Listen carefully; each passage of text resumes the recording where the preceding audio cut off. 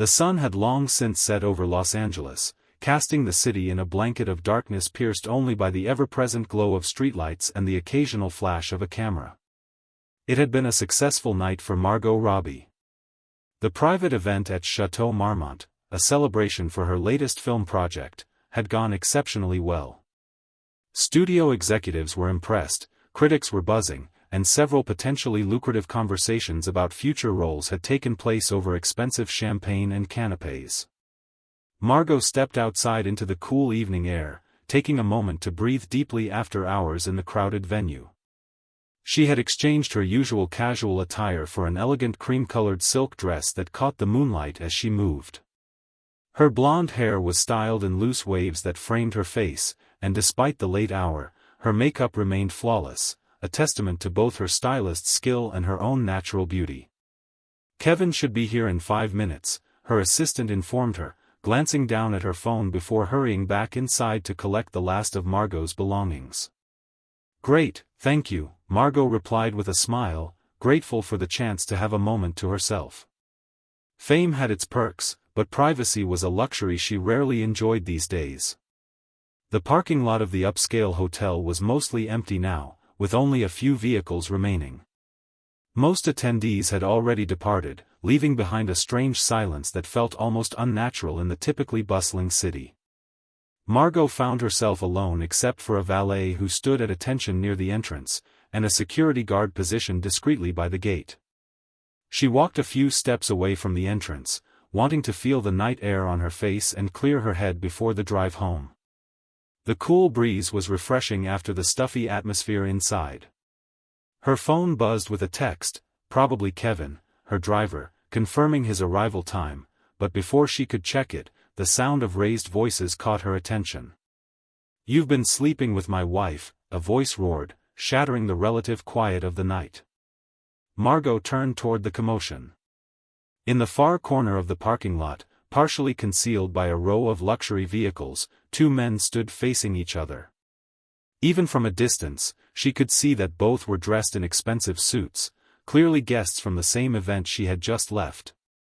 "Man, you're completely delusional," the other man responded, his voice carrying a dangerous edge. "This paranoia of yours is getting old." "I saw the texts, David. I'm not an idiot." The first man was tall and broad-shouldered, his face flushed with anger. The second, David, apparently, was slighter in build but carried himself with the confidence of someone unaccustomed to feeling threatened.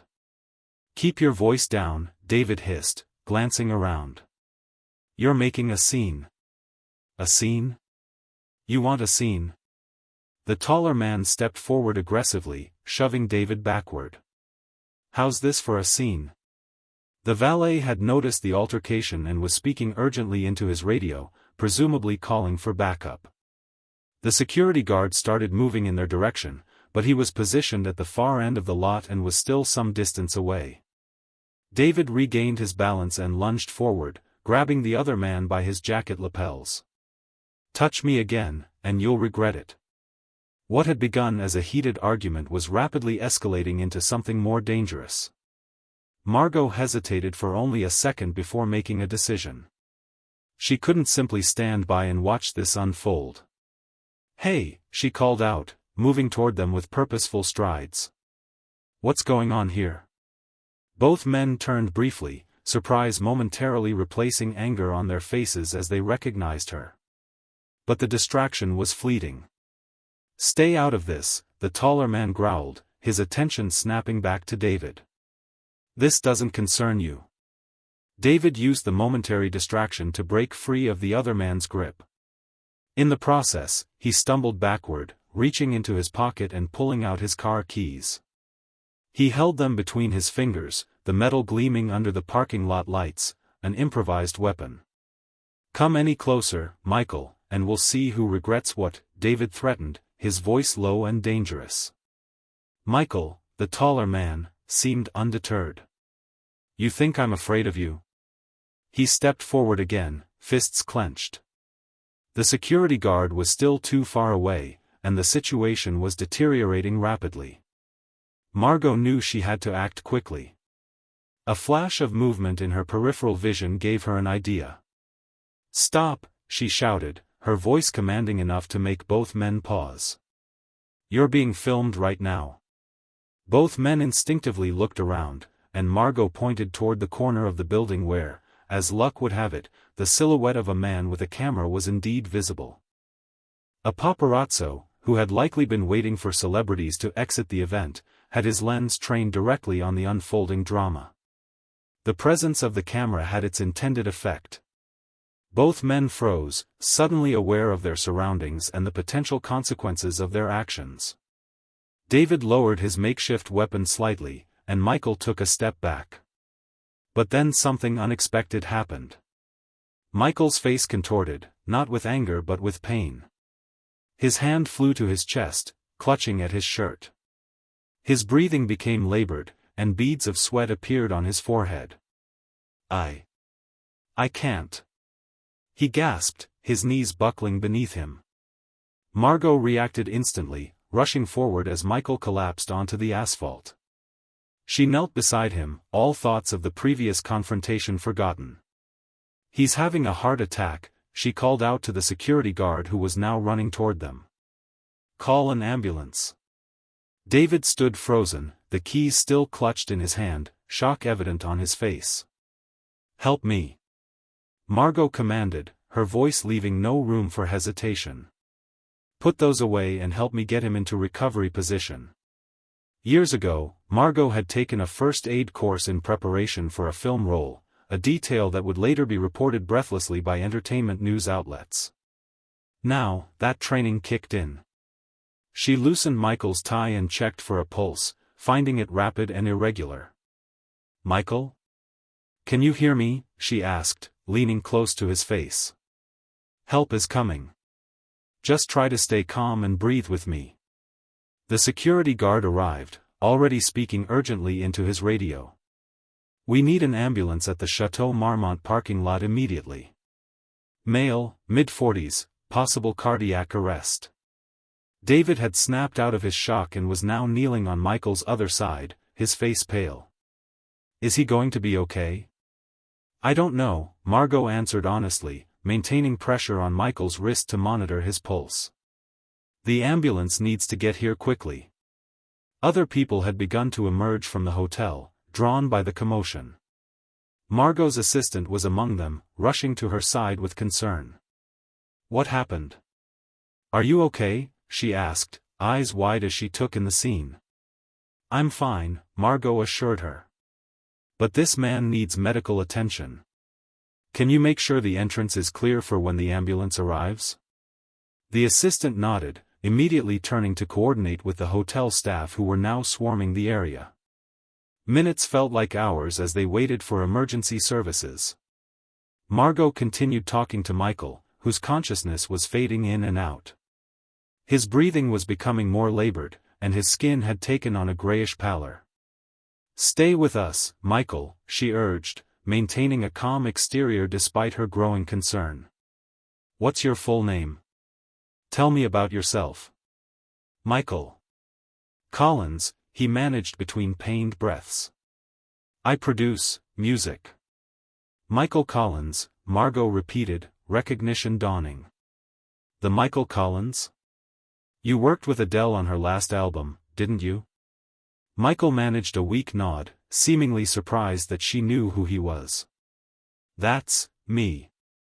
"Well, Michael Collins, you need to hang in there," Margot continued, maintaining conversation to keep him conscious and alert. "The ambulance is on its way, and you've got more great albums to produce." The wail of sirens in the distance was the most welcome sound Margot had ever heard.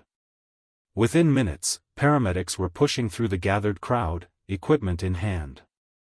"What happened?" one of them asked as they knelt beside Michael. "He was in an altercation, got very angry, and then clutched his chest and collapsed," Margot explained, moving back to give them room to work. "His pulse is irregular, and he's been drifting in and out of consciousness." The paramedics nodded, immediately setting to work. They attached monitoring equipment, administered oxygen, and prepared Michael for transport. Within minutes, they had him stabilized enough to move onto a stretcher. As they wheeled him toward the ambulance, Michael's eyes found Margot's. He reached out a weak hand, which she took without hesitation. "Thank you," he whispered, his voice barely audible over the commotion. Margot squeezed his hand gently. "You're going to be fine. Just focus on getting better." With that, the paramedics loaded Michael into the ambulance and sped away, lights flashing and sirens blaring into the night. The crowd began to disperse, but David remained, looking shell-shocked. The keys that had been his weapon moments ago now hung limply from his fingers. "I didn't. I never meant," he stammered, running a hand through his hair. "I know," Margot said, her voice gentle but firm. "But maybe next time, try talking things out before it escalates to this point." David nodded, shame evident in his expression. "I should go to the hospital. Make sure he's okay." "That might be a good idea," Margot agreed. "But perhaps give him some space first. Send flowers, a card, show that you regret what happened." By this time, Margot's driver had arrived, looking confused by the scene before him. Her assistant hurried over, carrying Margot's purse and jacket. "Are you ready to go?" the assistant asked, concern still etched on her face. Margot nodded, suddenly feeling the weight of the evening's events. "Yes, I think so." As she turned to leave, a flash went off nearby. The paparazzo who had inadvertently helped defuse the situation was still there, camera now pointed directly at her. For once, Margot didn't mind. If there was ever a time when she didn't care about being photographed, it was now. The next morning, Margot woke to find her phone flooded with notifications. The incident had made headlines across entertainment news outlets. Margot Robbie, real-life hero saves music producer after parking lot brawl. Actress turns first responder, how Margot Robbie's quick thinking saved a life. From movie star to lifesaver, Margot Robbie's dramatic night. She scrolled through the messages, most of them from friends and colleagues checking if she was okay. One notification, however, caught her attention, an Instagram tag. Michael Collins had posted a photo of her from a previous award ceremony, alongside a heartfelt message. "This woman did more than stop a fight last night. Her quick thinking and calm under pressure quite possibly saved my life. The doctors confirmed I suffered a major cardiac event that could have been fatal without immediate attention. To Margot Robbie, thank you isn't enough, but it's all I have right now. You stopped me just in time. And possibly not just the fight." The post was already going viral, with thousands of comments praising Margot's actions. But as she set her phone down and sipped her morning coffee, Margot felt strangely detached from the public adulation. What mattered was that Michael was alive, and that a potentially tragic situation had been averted. Later that day, after consulting with her publicist, Margot decided to visit Michael in the hospital. She wanted to check on his condition personally, away from the cameras and the headlines. The hospital staff had been notified of her visit, and she was discreetly escorted to the cardiac care unit where Michael was recovering. She found him sitting up in bed, looking pale but considerably better than when she had last seen him. "The hero arrives," he said with a weak smile as she entered the room. Margot shook her head, setting a modest bouquet of flowers on his bedside table. "No heroics involved. Just happened to be in the right place at the right time." "The doctors disagree," Michael replied, gesturing to the chair beside his bed, inviting her to sit. "They said if you hadn't intervened when you did, if the ambulance had been called even 5 minutes later." He trailed off, the implication clear. "How are you feeling?" Margot asked, changing the subject. "Like I've been hit by a truck," Michael admitted with a grimace. "But I'm alive, which is the important part. They're doing bypass surgery tomorrow." Margot nodded, relieved to hear he was receiving proper care. "And what about the other situation? With David?" Michael's expression darkened momentarily before he sighed.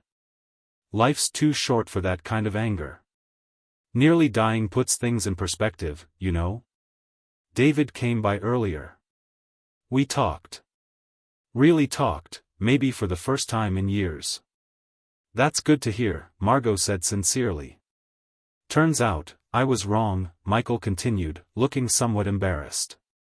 He wasn't sleeping with my wife.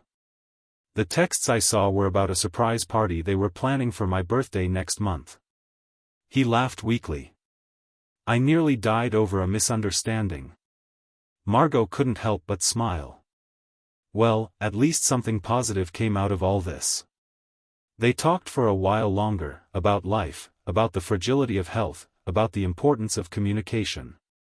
As Margot prepared to leave, promising to check in again after his surgery, Michael called her back. Margot, wait. He reached for something on his bedside table, a business card, which he handed to her. When I'm back on my feet, I'd like to work with you. Not as an actress, but as a producer. I've heard you're interested in moving into production, and after last night, well, I'd be honored to collaborate. Surprised but pleased, Margot accepted the card. I'd like that very much. Focus on getting better first, and we'll talk business later. As she left the hospital, Margot found herself reflecting on the strange turns life could take. What had begun as a simple evening out had transformed into something much more significant, a saved life, a rekindled friendship, and potentially a new chapter in her career. The media frenzy around the incident continued for days. Talk shows clamored for interviews, social media buzzed with praise for her quick thinking, and several heart health organizations reached out about potential partnerships. Margot's publicist was working overtime to manage the sudden surge of interest. But amid the chaos, Margot found herself most affected by a simple text message she received 3 days after the incident. Surgery went well. Doctors say I'll make a full recovery. Thank you again for being there that night. You didn't just save my life, you reminded me what matters. Michael. It was a powerful reminder that sometimes the most significant moments in life come when we least expect them, and that being present and willing to help can make all the difference. 6 months later, Margot stood on the red carpet at the premiere of her latest film. Journalists shouted questions, cameras flashed, and fans called her name. But what made this premiere different from countless others was the man standing beside her, Michael Collins, fully recovered and beaming with health. The production company they had formed together, Lifeline Productions, had just announced its first slate of projects. Their mission statement was simple: to tell stories that mattered, stories that might change lives or perspectives, just as that night in the parking lot had changed theirs. Ms. Robbie, a reporter called out. Your new production company was born from a near tragedy. How does it feel to have transformed that moment into something creative? Margot smiled, glancing at Michael before answering. Life is unpredictable. Sometimes the worst moments can lead to the best opportunities. That night taught me that being in the right place at the right time isn't just about luck, it's about being willing to step up when needed. Michael nodded in agreement. And sometimes, it takes nearly dying to start really living. As they continued down the red carpet together, Margot reflected on how a single decision, the choice to intervene rather than stand by, had set in motion a chain of events that had changed multiple lives, including her own. It was a powerful reminder that heroism often didn't require grand gestures or superhuman abilities, but simply the courage to act when others might not. And though she would never admit it publicly, as she smiled for the cameras with her new business partner by her side, Margot couldn't help but feel a quiet pride in the knowledge that, on that night in the parking lot, she had made a difference when it mattered most.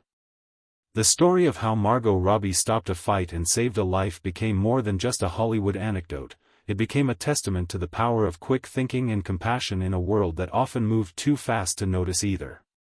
In the years that followed, Lifeline Productions would go on to create award-winning films and television series that explored themes of connection, second chances, and unexpected heroism. And whenever anyone asked about the company's unusual origin story, Margot would simply smile and say, "Sometimes the most important roles we play aren't on screen at all.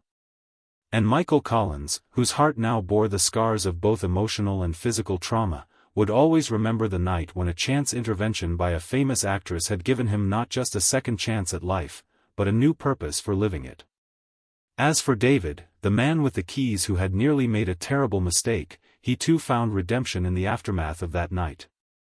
His near-violent outburst had been a wake-up call, prompting him to seek help for the anger issues that had been simmering beneath the surface for years. He and Michael eventually repaired their friendship, stronger now for having faced its breaking point. The paparazzo who had unwittingly played a role in saving Michael's life sold his photos for a considerable sum, but also found himself changed by the experience. The images he captured that night weren't just celebrity gossip, they documented a moment of genuine human connection and courage. It was a reminder that sometimes, even in the most cynical of professions, there was still space for something real. And Margot Robbie, whose life had already been extraordinary by most standards, discovered that fame could be used for more than just selling movie tickets. Her actions that night inspired a successful public health campaign about recognizing the signs of heart attacks and the importance of immediate response. Thousands of people learned CPR as a result, and countless lives were potentially saved by the ripple effects of one evening's quick thinking. In an industry often criticized for its superficiality, Margot had found something authentic, a moment of genuine human connection that transcended the usual boundaries between celebrity and ordinary life. It was a reminder that beneath the glamour and the headlines, the most important stories were still the ones about people helping people, about being present when it mattered most. And that, perhaps, was the greatest role she would ever play. Thank you for watching. I hope you all enjoy this video and learned a lesson. I would be grateful for your likes. Also don't forget to subscribe and comment on the video. See you soon.